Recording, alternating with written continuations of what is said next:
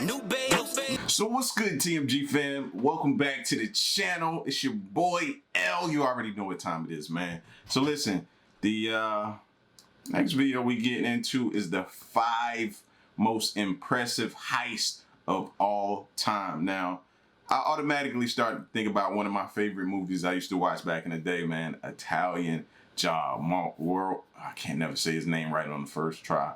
Mark Wahlberg. Mos Def was in that movie. A lot of other dope actors was in that movie. One of the best, man.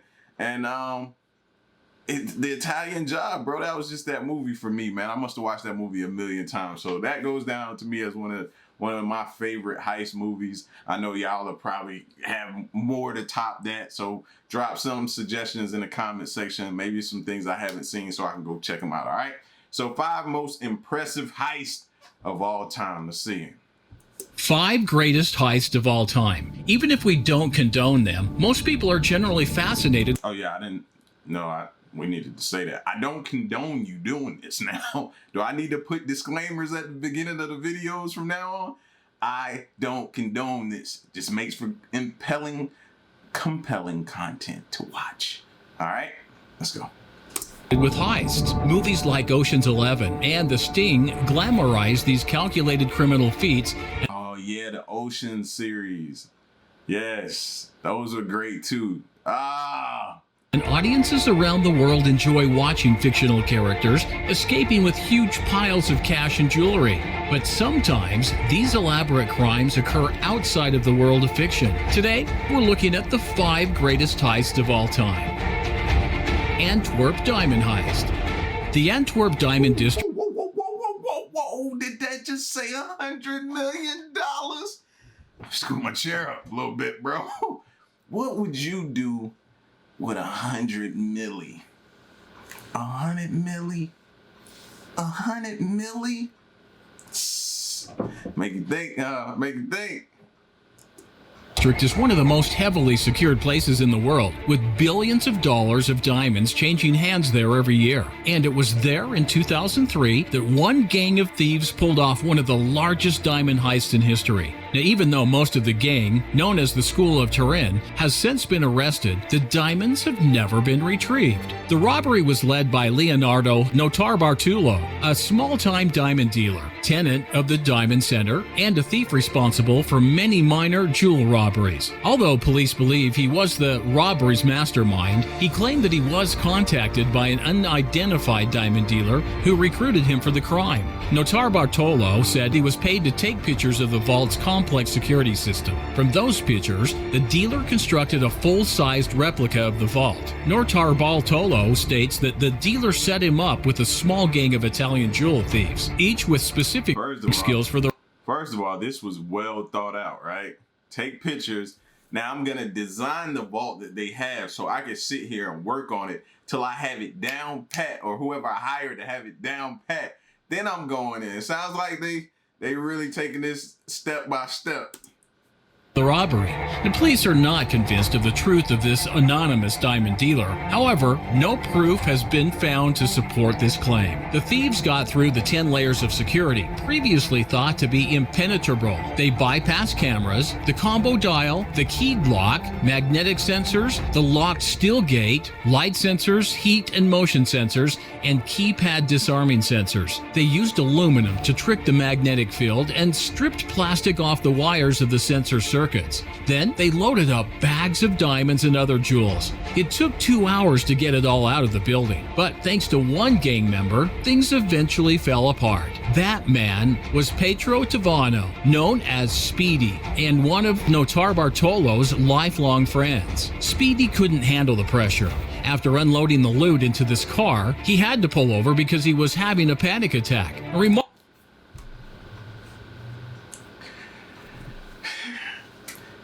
$100 million heist, and you decide to have a panic attack now? Right now? You couldn't pick no other time to have your panic attack. $100 million on the line for them. You have a panic attack. Like, that's the one variable I guarantee that guy was probably the most nervous about, because you can't predict what people are gonna do. You know what I'm saying? They may all boast and be big and bad about what they can and can't do. You can't predict how they're going to react in these environments, bro. I know he was losing his mind.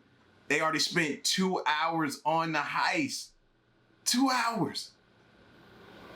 Remarkably, not a single alarm went off. As security guards arrived on Monday morning, they realized that the thick steel door to the vault was open and 100 of the 189 safe deposit boxes had been raided, with some of the loot still on the floor. The world's only specialized diamond police, Patrick Pays and Agim de Breiker, phoned the vault's alarm company. "What is the status of the alarm?" they asked. "Fully functional," came the reply. However, authorities eventually found Notar Bartolo by watching security footage. He was sentenced to 10 years in prison.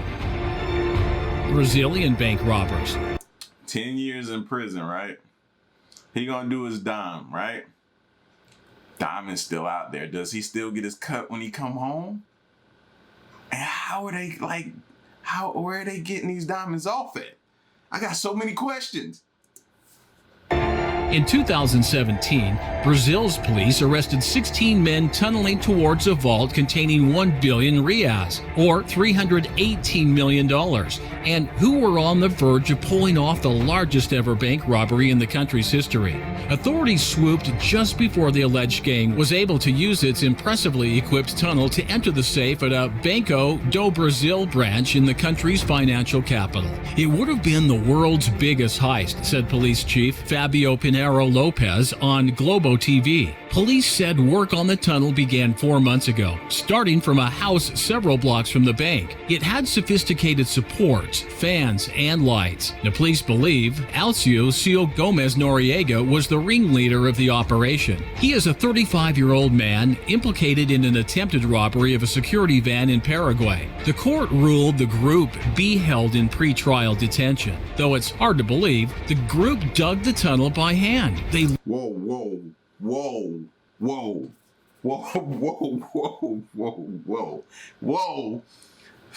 Did y'all just hear that? Let me get a sip of my drink.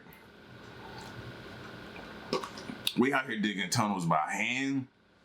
I guess for 300 milli, I'll dig it by hand. Yeah. At first, I was kind of thrown off that they did it, but when you put the number in perspective, 300 million make you do some things that you never thought you'd be able to do. And that includes digging an entire tunnel underground by hand. That's crazy. loaded the That strength you didn't even know you had. Oh man. They say money won't make you do some things. Yes, it will. soil into sacks and carried it outside through an underground stormwater drain. To enter the tunnel, gang members descended a 2-meter ladder from one of the rooms in the rented house. The tunnel was about 1.5 meters high and was reinforced with iron beams and wood, and even wired with lights. The walls were lined with plastic garbage bags to reduce the dust. The tunnel was reportedly filled with food, water, special clothing, and digging tools. Police were probing whether the gang had the assistance of an engineer when building the tunnel, because the construction was so impressive. The tunnel renewed memories of a tunnel robbery 12 years ago when thieves made off with about $70 million. For the previous heist, diggers worked in shifts from 8 p.m. until 4 a.m., taking a break on weekends. The 3 gang members involved in that attempt were involved in 2 separate prison escapes using tunnels equipped with ventilation and lighting. So 4 months, that's roughly what? 120 days, roughly 120 days. That's still a short amount of time to do that, to accomplish that. You know what I mean? I would have thought that it took like a year or something, or better. You know what I mean? They had to be working like around the clock. Wow. $500 million cyber heist. Starting in 2009, cybercriminals from Eastern Europe infiltrated at least 100 banks in 30 countries, raking in as much as $1 billion in fraudulent transfers and hijacked ATM machines over a 2-year period. They did so with a mysterious Trojan called SpyEye. The attacker struck at Russian banks first, as well as those in Germany, China, and the United States. They got away with it initially, but soon authorities tracked them down and they were brought to justice. Alexander Androvich Panin, the inventor of SpyEye, who went by alias Grybodemon and Harderman Online, pleaded guilty to a court of conspiracy to commit bank and wire fraud in January 2014 after reaching. He now works for the government. A deal with prosecutors. Prosecutor Stephen Grimberg said SpyEye, a preeminent piece of malware developed from 2010 to 2012, was used to infect more than 50 million computers, causing nearly $1 billion in damage to individuals and financial institutions around the world. A second man, Hamza Bendelaj, a 27-year-old Algerian known online as BX1, was sentenced to 15 years. Prosecutors said he sold versions of SpyEye online and used the malware to steal financial information. SpyEye was a type of Trojan virus that secretly implanted itself on victims' computers to steal sensitive information, including bank account credentials, credit card information, passwords, and PINs. And once it took over a computer, it allowed hackers to trick victims into surrendering personal information, including data grabbing and fake bank account pages. The information was relayed to a command and control center to be used to access victim accounts. Panin conspired with others to advertise SpyEye in online cybercrime forums and sold versions of the software at prices ranging from $500 to $10,000. FBI Special Agent Mark Ray Selling it that cheap, something that can gain that much, or who could gather that much information, bank accounts, high-end bank accounts, people's information. You sell it for $5,000 to $10,000. That goes to show you, man, it wasn't about the money for them, man. These hackers find pleasure in just hacking, bro. They don't care about the money. That's insane. $500 to $10,000 for that much information. That's insane.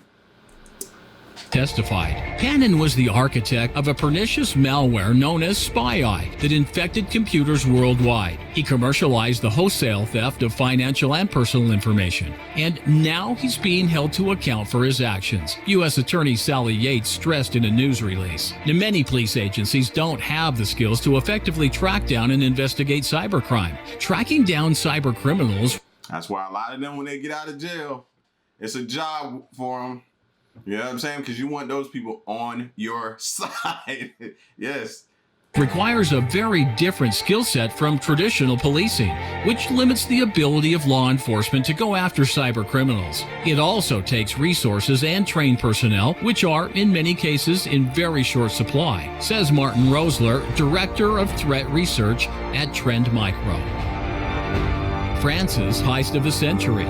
French gangster Jacques Cassandre was in court in 2018 for a crime committed over 40 years ago. Police noticed the fact the Marseillais mafioso was the likely mastermind of the heist of the century after he was discovered to be the anonymous author of a book about the crime. On July 16th, This fool wrote the...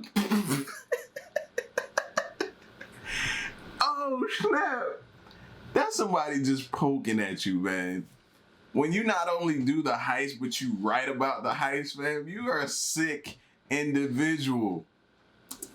1976, a group of criminals robbed a branch of Societe Generale, France's third largest bank, in the southern city of Nice. Using the tunnels underneath the city, the gang was able to partially destroy the floor beneath the bank's basement vault and gain access to the banknotes, jewelry, gold bars, and safety deposits. Ooh, look at the gold bars. Go back. Vault and gain access to the banknotes, jewelry, gold bars. Never touched a gold bar before, bro. Look at that, man. Yes, that will make people do some unimaginable things for it, I'm telling you. And safety deposit boxes located within. According to the Society General's own account of the incident, the brazen criminals spent the weekend taking their time going through the vault's contents, even taking the time and luxury to picnic using the depositor's silverware. He used a pen name, but investigators quickly concluded that the rider was Jacques Cassandre, a key mafia figure in Marseille, where he is now standing trial. He had assumed he was safe because the crime was too old to be prosecuted. And see, that's what a lot of people think these days, man. I don't care if people say it's too old or not. Stop speaking on it, whatever stuff you did in the past, fam. Please, just stop. Still getting people arrested. You're still going to get arrested, bro. Like, keep thinking that. Keep thinking that. You always hear people throw out, statute of limitations. They don't even know what statute of limitations mean. They probably can't even spell it. Get out of here. Cassandre is being charged with laundering the millions from the heist, a crime from which France has no statute of limitations. Police found the manuscript on Cassandre's computer, and his children later confessed that their father had often bragged about the robbery. Understanding jurisdiction is another thing people need to learn. Eventually admitted to orchestrating the intrinsically planned job that involved at least 6 people and 30 tanks of acetylene to fuel the welding torches used to cut into safes and safety deposit boxes. An inquiry found he had also bought furs worth tens of thousands of euros and had once provided a financial guarantee with 7 bars of gold. He has always said it was a novel, and I don't think a court can convict someone on the basis of a novel, a lawyer from Cassandre Frederic Monneray said Monday. But Cassandre and his family members are facing a series of questions on his business dealings, with prosecutors also alleging Social Security fraud and a real estate scam in Corsica. It's not his first time in court, having been arrested in the early 1970s when police broke up the French Connection heroin trade centered in Marseille. So you think nobody can't indict you over a book, right? Ask some of these rappers that continuously get indicted over their lyrics. And then you might have a change of heart, buddy, and stop writing those type of books, man. I'm telling you, just a thought. Ask some of these rappers. Who was it? The most notable one? Probably Bobby Shmurda. Billion-dollar pharmacy robbery. Back in 2016, the owner of a super value pharmacy in Fort Worth, Texas, rang in the new year with a trashed business missing $1 million worth of pharmaceuticals. The general manager, Jane Lawbaum, said the pharmacy at 720 North Industrial Boulevard was broken into in the early hours of December 31st. The burglars took highly marketable drugs with a street value of up to $1 million, she said. Surveillance footage shows men clad in black crawling and trying to break into a safe. Spilled pill bottles and cough syrup can be seen in the footage, and what appears to be a safe with the side cut out. An employee named Richard Irby said the robber tied him and 3 employees up with zip ties. He said he didn't want to hurt anybody, and we sort of took him at his word, but he's still waving a gun. The scary part, I never looked down the barrel of a gun before. The robber filled a bag with narcotics and left through the back door. Irby knows through other pharmacists the robberies are escalating. Yellow hydrocodone, Soma, and Xanax are the big 3 that most of them are after, Irby said. Irby wonders how... Yeah, street values on those. And they gonna sell pretty quick. Long it will be before one of those crooks decides the drugs are worth pulling the trigger. The video ended up becoming extremely popular with over 4 million views and counting. Whew. I can tell you one thing I gathered from watching this video, man. I'm glad I never worked at a bank, bro. Like, what does a typical banker make? Because I guarantee you they're underpaid for some of the stuff that they could possibly have to go through or experience. They're underpaid, bro. You can't pay me enough for it to be in my job description to know that possibly one day this place could be robbed and you have to go through these type of protocols. Huh? Yeah. That job better be paying well into the 6 figures. Well into the 6 figures, man. Seriously. 5 most impressive heists of all time, bro. Y'all get at me in the comment section. Let me know what y'all think. Are these accurate? Have y'all heard of these stories before? And if so, dropping, especially the one where the dude dug the tunnel by hand, bro. Is that accurate? And give me a little bit more info on that, because if he do salute it, that dude wanted that money for real. Till the next reaction, I'm gone, man. It's your boy L. Y'all stay solid. Psh. Hey.